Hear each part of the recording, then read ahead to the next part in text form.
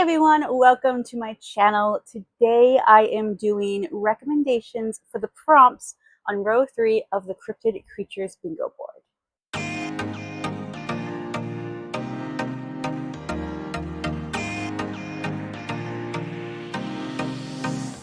We are almost there, you guys. September is just a few days away. And after this video, I have 2 more coming, which is just row 4, and then I'm all done with my recommendations and we're on to the readathon. I'm so excited, you guys. I cannot wait. Today, the prompts that I will be talking about are going to be Thunderbird, read a book based around the weather; Mongolian Deathworm, read a book with a desert setting; Root Slang, read a hybrid genre; and the Rougarou, read a book with an animal on the cover. If you guys are curious about previous prompts or book recommendations for those specific cryptids that I said, check out the playlist down below. It will have all of the information, all the previous recommendations and other people's videos and everything you need to know is down in the description below. If you want to take part in this readathon, there is still time. You can still join even in the middle of September. It's really no big deal. There's no deadline. Just make sure if you do want to join that you sign up with the link listed down below, just so I can track it, see how many people will decide to join, and it just gives me an idea of whether or not this is something that, you know, people really enjoy and maybe something that I could bring back yearly, or if it's just kind of a one-off situation. So if you have not done so and you do want to participate, please sign up in the link. Again, there's no deadline, there's no rush, but this takes place through the entire month of September, so it's very, very simple. If you have any questions, leave a comment down below, let me know. I also want to remind you all that there are bookmarks for sale and they are going quickly, so if you want a bookmark, make sure to check out the Etsy store link. I would also really appreciate it if you would consider subscribing to my channel if you like my content. I promise there's more than just cryptid recommendations. I will be getting back to more normal content later in the year. But, you know, this is my first readathon. I'm really excited about it. Don't forget to give this video a thumbs up as well if you like it. Okay, so let's get into book recommendations. Our first prompt of this row is to read a book based around the weather. That can be interpreted in a few different ways. It can be a major factor in the storyline, like completely controlling the story, or it can just be like, hey, there's this impending storm coming, or there's fog that comes in every night that affects the way these people act. Any kind of weather phenomenon will work for this. So I do have a few recommendations, physical recommendations, and then I'll talk about some more books that I have that I don't own physically. So first up is a super, super fun one that I just am like, this will totally work because it's definitely weather. And that's Cloudy with a Chance of Meatballs. This is written by Judy Barrett and drawn by Ron Barrett. This was my original copy from when I was a kid. Cloudy with a Chance of Meatballs, I'm sure you all know what this is, have seen the movie. It's basically where the weather becomes food. So every time it rains food, it storms food.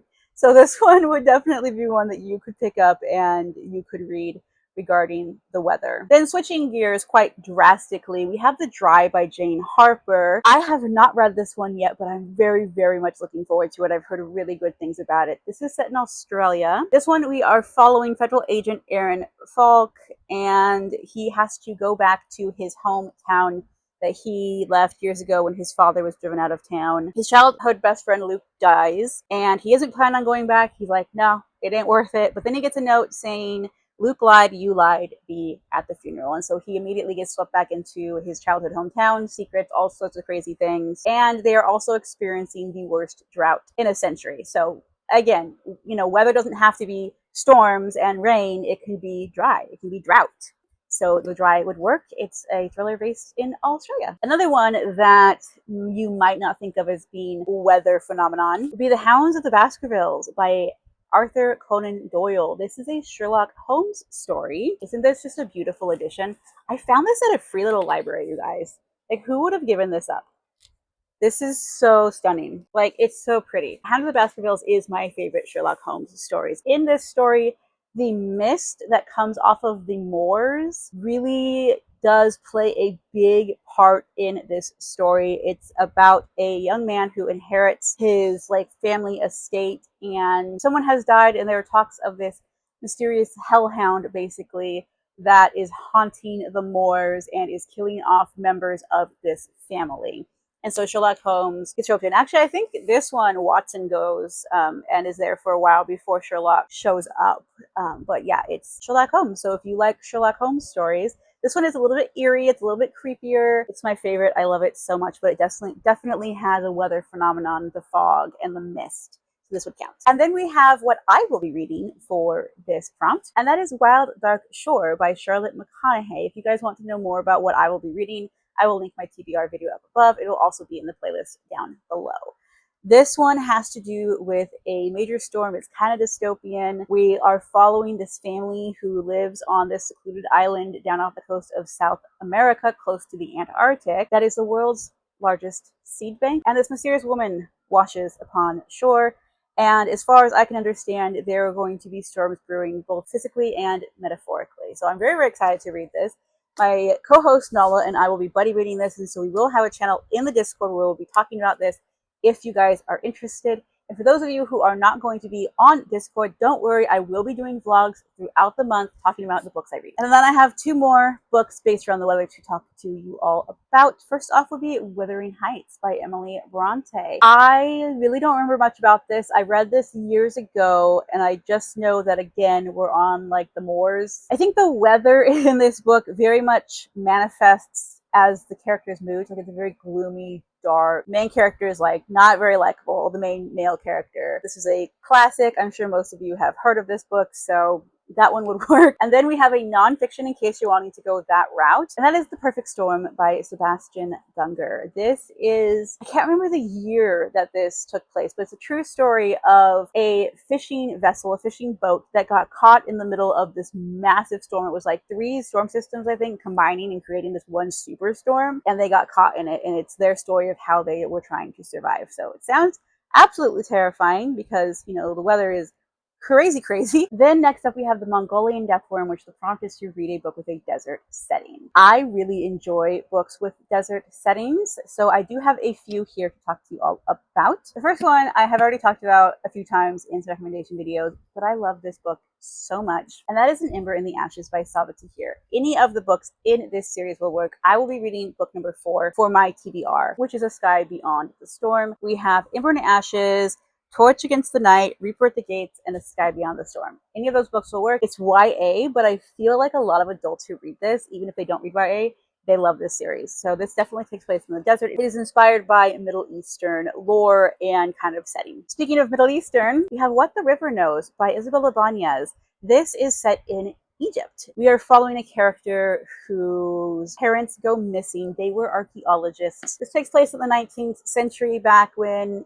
Egyptology and archaeology were like booming. I think it's right after one of the world wars, I believe. I think after World War I, maybe. This is kind of comped as Death on the Nile meets The Mummy. I will say that this one I feel is more Death on the Nile. The only thing that's similar about The Mummy is the archaeology aspect. It's a very, very slow burn book, but I did really enjoy this.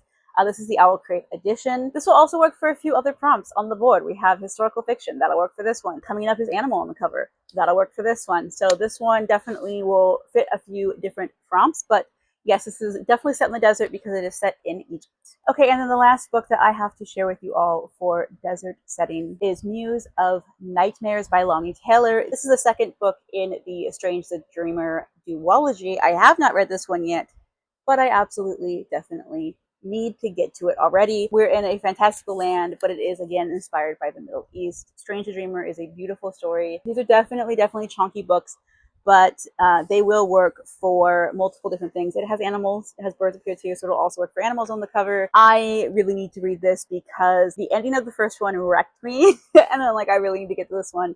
I will say that Lonnie Taylor's writing is very purple prose, so if you're not into that, maybe skip this, but this definitely takes place in more of a deserty setting. Next up is The Groot Slaying, which is to read a hybrid genre. So this is really easy, guys. Mystery thriller. Most thrillers are considered mystery thrillers. So mystery thrillers will work. We have sci-fi fantasy, romantasy will work, horror sci-fi. I'm trying to think of any like historical fiction mystery. I mean, there's like a million different genre blends that you could do.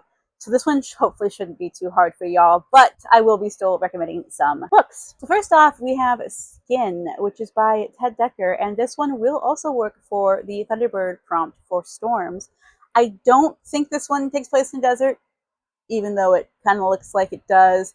I just think there is a sandstorm, but I don't know, if you read it and you're like, hey, it actually does take place in the desert, that'll work. I read this years ago, so I really don't remember. All I know is that this one is one of his fantasy books, but it's fantasy, but it's also thriller, and I think it's a little bit of sci-fi in here too. So we've kind of got a mixture of things in this book that'll work for the genre blend. It says a freak storm has spawned 3 tornadoes that are bearing down on the town of Somerville. And during this time, when these storms are brewing, there is a vindictive killer known as Red, who's left a string of victims in his wake, and is now bent on executing his final revenge on the unsuspecting town. The FBI is hunting the serial killer, and we're also following a woman named Wendy Davidson, who is a recovering cult survivor, and she takes refuge in this town. Basically, we have her and 4 strangers, any of whom could be the next victim or the killer.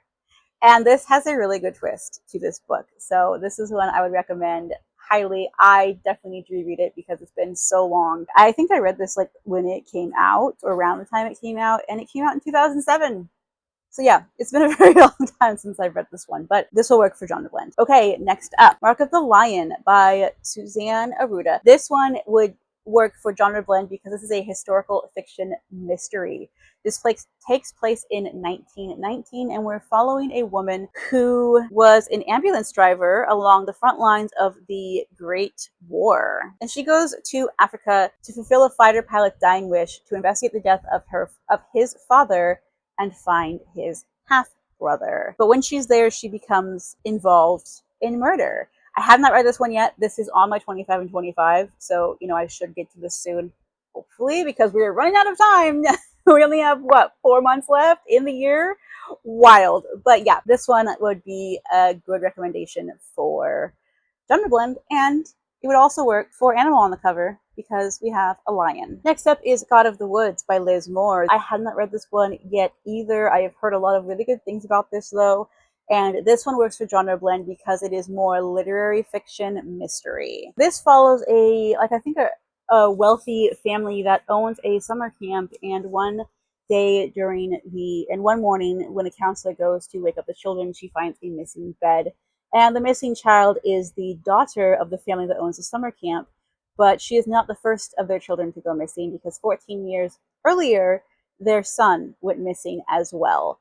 And I think it's more of a family drama mixed in with the mystery of what happened to the children. So this one will count for genre blend. The last book that I have to physically show you guys, The Depths by Nicole Lasperance. This is the Owl Crate edition, so you may not recognize the cover, but this one is a YA horror fantasy. We're following a young woman whose mother gets remarried, and she is recovering the main character is recovering from a severe accident, and so she has to go along with the mom and her stepdad on their honeymoon. It's a little weird, but they go to this beautiful island, and this island is supposed to be, absolute paradise. But while she's at this island, she starts seeing and hearing really weird things, and it seems like the island might be trying to tell her something.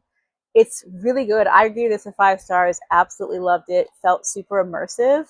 But yes, fantasy horror. If you're looking for YA, this could be one for you. 2 more books that I have to recommend to you for the genre blend would be Rolling in the Deep by Mira Grant. Most of you probably know of Into the Drowning Deep by the same author. This is actually the prequel, and it was actually written first. I know a lot of times authors will write prequels later on, but this book was actually written first.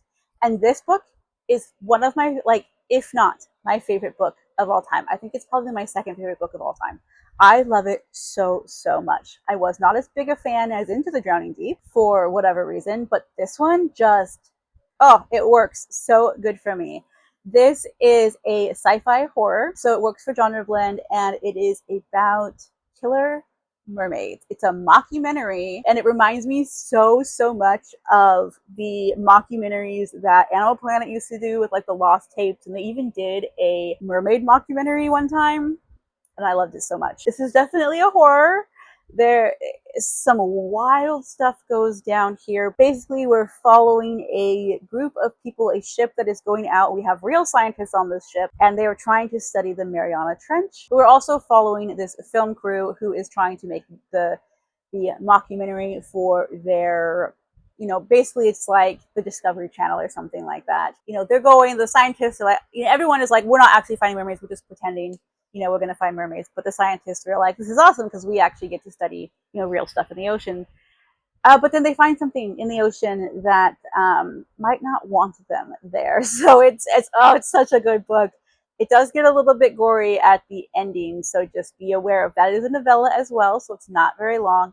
I do believe this is only available on audiobook or ebook though. So if that's not accessible to you, I am sorry. You could read Into the Drowning Deep, which is available in physical format. So yeah, that one is definitely highly, highly recommended by me. And then the last one in our genre blends would be The Tainted Cup by Robert Jackson Bennett. This is a fantasy mystery. I'm like 30% into this book, and I will say I'm not sure if I personally recommend it as in I enjoyed it, I'm recommending it to you.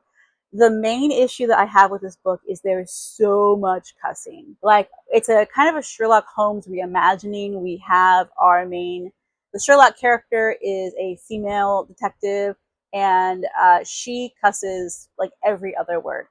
It might not be so bad if I'm reading it physically, but I'm listening to it on audiobook, so it's very much in my ear. Like, you know, that is the only issue I'm having with it so far. Other than that, I'm really enjoying it. It's basically this fantastical world where there are these Leviathan sea creatures that try and destroy the towns, and that like live. I think this would maybe work for storms too. I'm not exactly sure.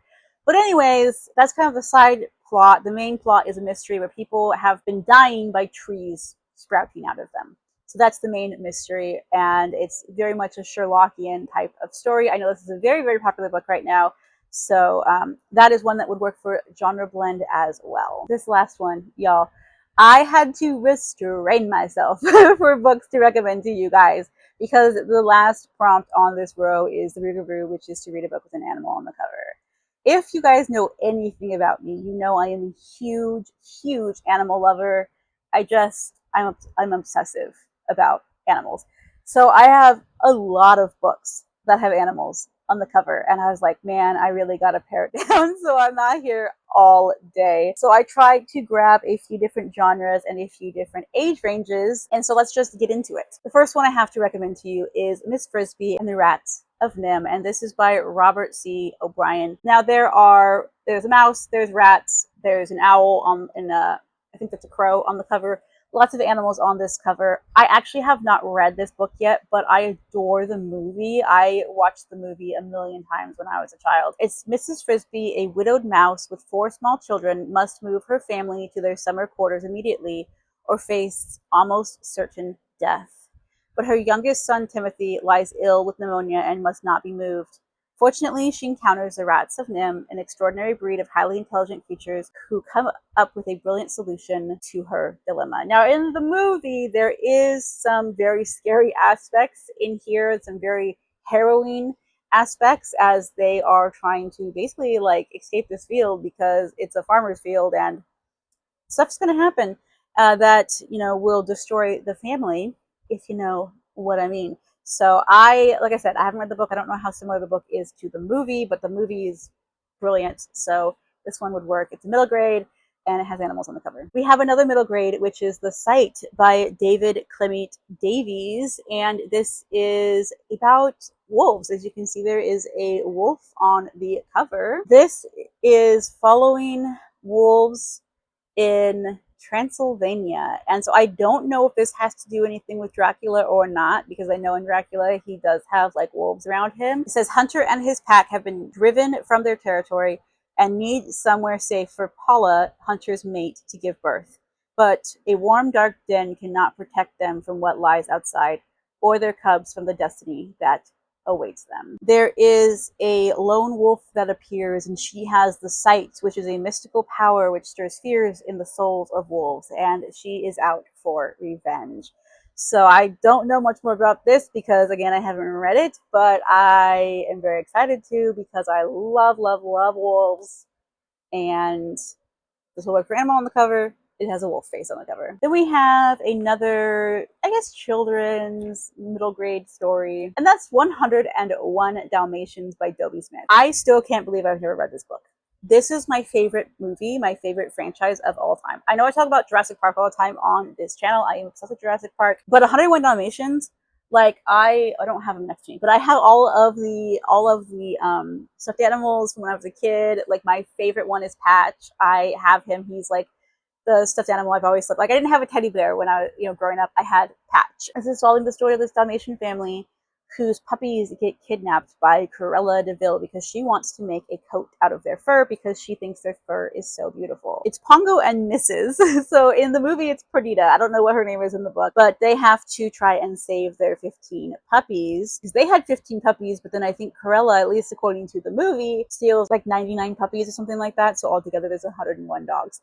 Anyways, this obviously has, this is the Disney cover on this book, but the movie was based off this book, so this was one that would definitely work. Let's get into some more adult books that have animals on the cover. We have The Haunting at Bellevante Circus by Jamie Jo Wright. This one will also work for historical fiction, and it'll work for genre blend because it is a historical fiction mystery, romantic, suspense type of story.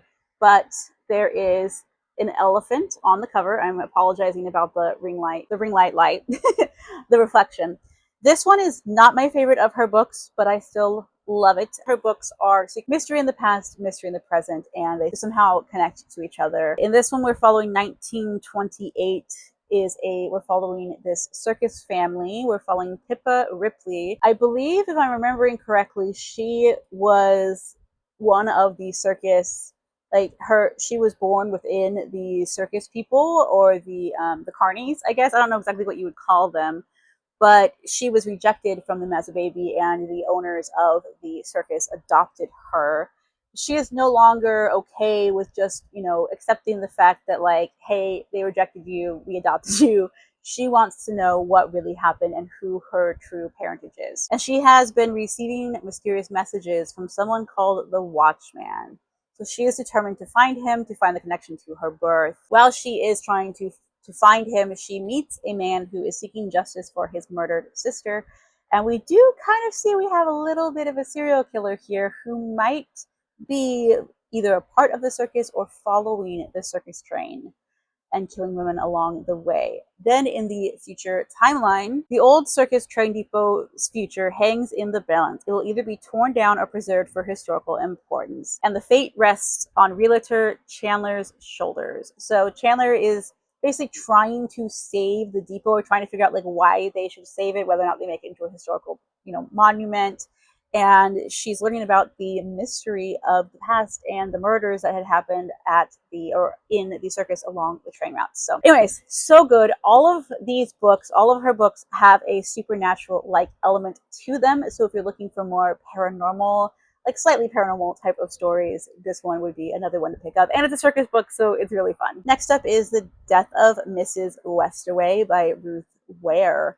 And this one has crows and birds on the cover, so that will count. This is about a young girl who does tarot readings for people, but she is a con artist. She doesn't really, she's not a psychic, but she just cons them out of their money. And she's like super poor. She's in debt to some really bad people. One day she receives a letter basically bequeathing her a substantial inheritance, but she realizes the letter was sent to the wrong person. But because she's kind of a cold reader, because she does tarot and stuff like that and like cons people, she's like, hey, I can just pretend to be this person. So she goes to the funeral and gets entangled with this very, very messy family and deals with the inheritance issues. And it's very much a like old, very extremely wealthy family. And so she's kind of coming in and the people are like, who the heck are you? And why did our mother give you all of our money? kind of situation. So it is a very good book, very gothic-y feeling. Next up is one I have not yet read, and that is Wolf's Angel by M.D. Lachlan. This is a fantasy about Vikings and werewolves. Like I said, I haven't read this one yet. I don't know if this would be considered grimdark or not, but I do know there is a curse within these Viking families or Viking clans. It says, so begins a stunning multi-volume fantasy epic that will take a werewolf from its beginnings in the brutality of the Norse age down through the centuries. It's a journey that will see him hunt for his lost love across the ages and see the endless battle between the wolf, Odin, and Loki, the eternal trickster, spill over into countless bloody conflicts from our history.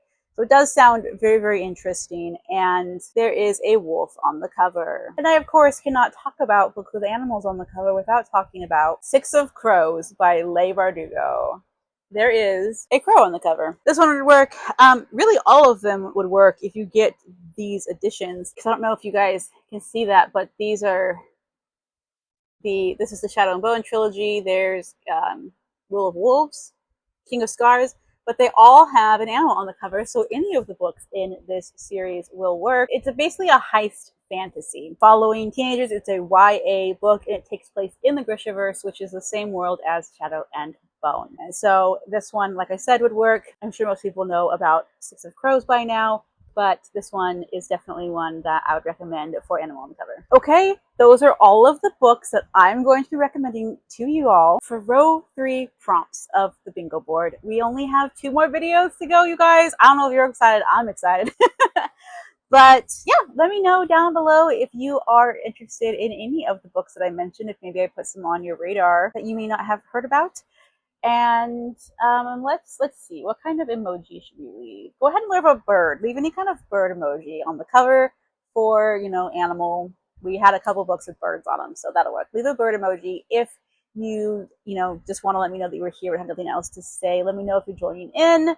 All of the things. Don't forget to check the description where all of the information for the readathon will be hosted, or is there. I don't know what the correct word is, but all the information is down there. Don't forget to like the video if you liked it, and subscribe if you want to see more of me.